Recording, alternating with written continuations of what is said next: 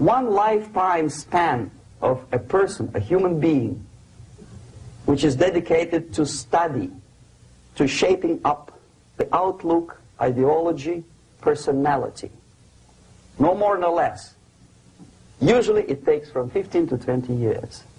What it includes? It includes influencing, or by various methods, infiltration, propaganda methods, direct contacts, doesn't really matter. I will describe them later. Of various areas where public opinion is formulated or shaped. Religion, educational system, social life, administration, law enforcement system, military, of course, and labor and employer relations, economy. Okay? 5 areas. I will not write them down because we will not have enough space. Sometimes when I describe all the methods, students ask me a question, are you sure this is the result of the Soviet influence? Not necessarily. You see, the tactic of subversion, about which I'm talking, is similar to the martial art, the Japanese martial art. If some of you are familiar with that tactic, probably you will remember that if an enemy is bigger and heavier than yourself, it would be very painful to resist his direct strike. If a heavier person wants to strike me in the face, it would be very naive and counterproductive to stop his blow. The Chinese and Japanese judo art tells us what to do. First to avoid the strike, then to grab the fist and continue his movement in the direction where it was before, right? Until the enemy crashes in the wall. You see? So, what happens here? The target country obviously does something wrong. If it's a free democratic society, there are many different movements within the society. There are obviously, in every society, there are people who are against this society. They may be simple criminals, ideologically in disagreement with the state policy, conscientious enemies, simply psychotic personalities who are against anything, right? And finally, there are a small group of agents of a foreign nation, bought, subverted, recruited, right? The moment all these movements will be directed in one direction, right? This is the time to catch that movement and to continue it until the movement forces the whole society into collapse, into crisis, right? So that's exactly the martial art tactic. We don't stop an enemy. We let him go. We help him to go in the direction we want them to go. Okay? So, on the stage of demoralization, obviously there are tendencies in each society, in each country, which are going to opposite direction from the basic moral values and principles. To take advantage of these movements, to capitalize on them, is the main purpose of the originator of subversion.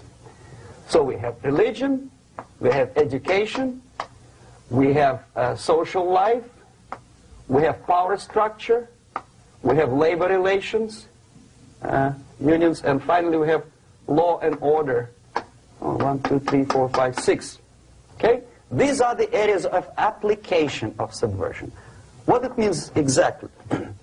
In case of religion, destroy it, ridicule it, replace it with various sects, cults, which bring people's attention, faith, whether it is naive, primitive, doesn't really matter.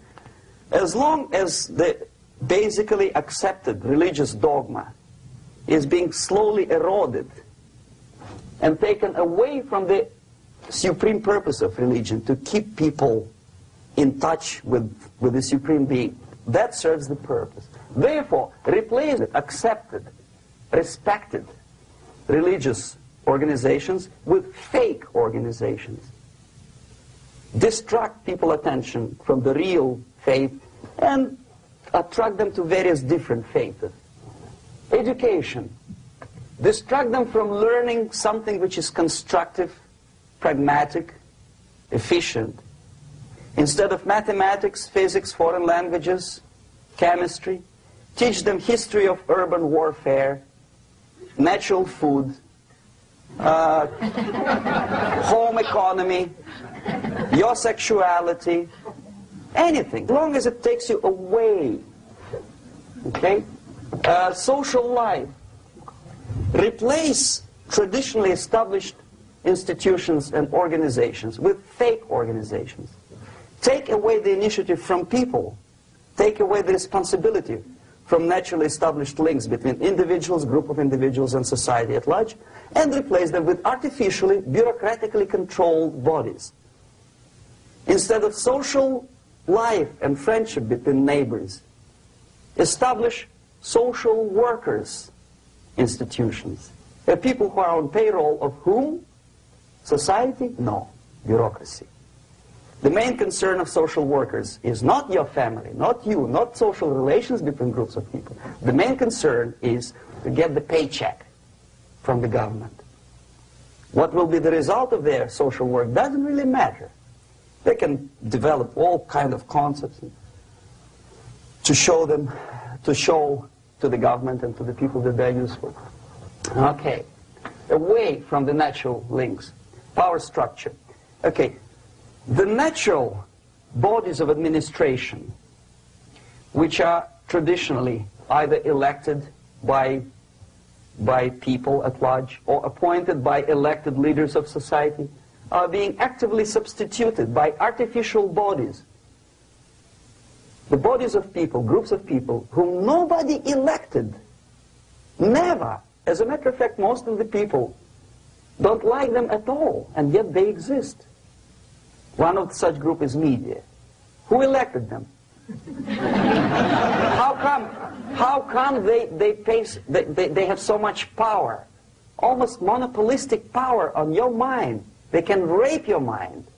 But who elected them? How come they have a nerve to decide what is good and what is bad for the elected by you, president, and his administration?